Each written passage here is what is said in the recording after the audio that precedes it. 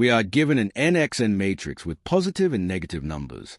We can repeatedly choose two adjacent cells and multiply both by -1. That operation flips the sign of both numbers. Our goal is simple. Maximize the total sum of the matrix. Key observation. Flipping two adjacent cells changes two signs at the same time. So the parity, even or odd, of negative numbers in the matrix never changes. This means, if the number of negative elements is even, we can flip signs in such a way that all numbers become positive.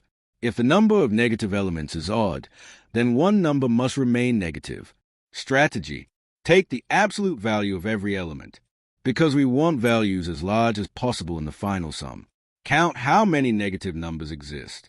This tells us whether we can make everything positive or not. Track the smallest absolute value in the matrix. If one number must stay negative, we want that number to have the smallest possible magnitude. Case analysis case 1. Even number of negatives. We can flip signs strategically. All values can become positive. Maximum sum equals sum of absolute values. Case 2. Odd number of negatives. One element must stay negative. To minimize loss, make the smallest absolute value negative. Subtract 2 times smallest absolute value from the total sum. Why 2 times? Because we already added it once as positive, but it must end up negative. Example 1 explanation. Input, matrix equals 1, -1, -1, 1. Output, 4. Step-by-step explanation. Let's first look at the matrix. 1 -1, -1, 1. We want to maximize the total sum of all elements. Notice that we have two negative numbers, which is an even count. When the number of negatives is even, we can make all values positive using the allowed operation. Operation 1. Multiply the two elements in the first row by -1. Result, -1, 1, -1, 1. Operation 2. Multiply the two elements in the first column by -1. Result, copy code, 1, 1, 1, 1. Final matrix, 1, 1, 1, 1. Final sum, 1 plus 1 plus 1 plus 1 is equal to 4. This is the maximum possible sum, so the output is 4. Example 2 explanation. Input, matrix equals 1, 2, 3, -1, -2, -3, 1, 2, 3. Output, 16. Step-by-step explanation. Initial matrix, 1, 2, 3, -1, -2, -3, 1, 2, 3. First, count the negative numbers.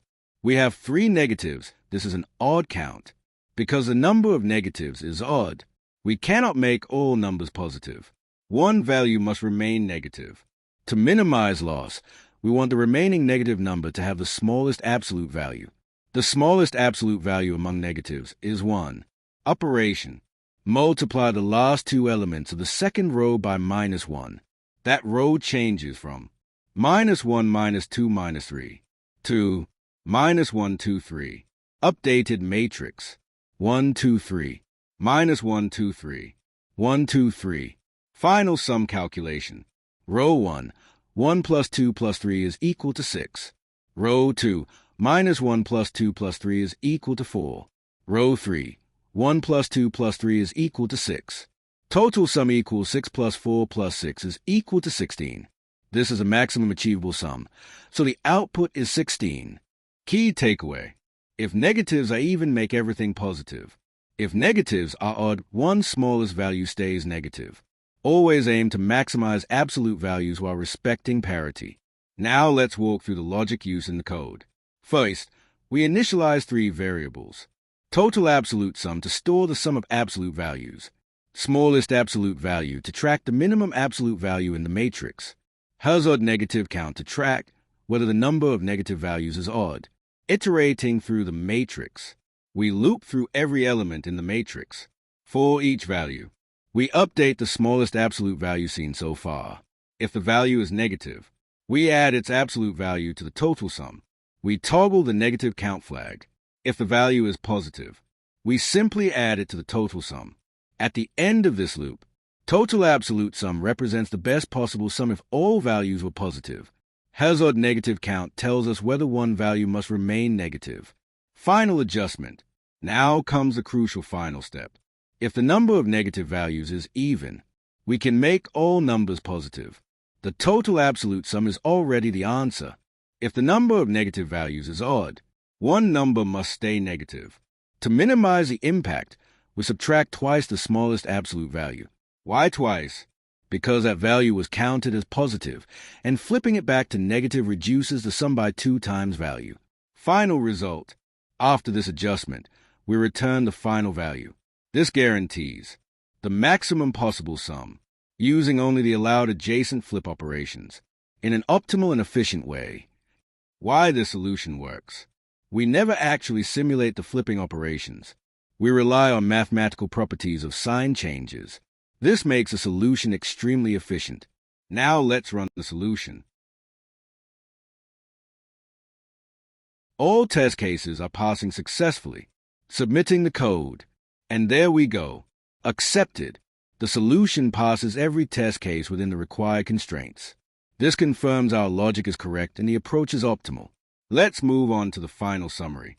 And with that, we successfully solved LeetCode 1975 maximum matrix sum.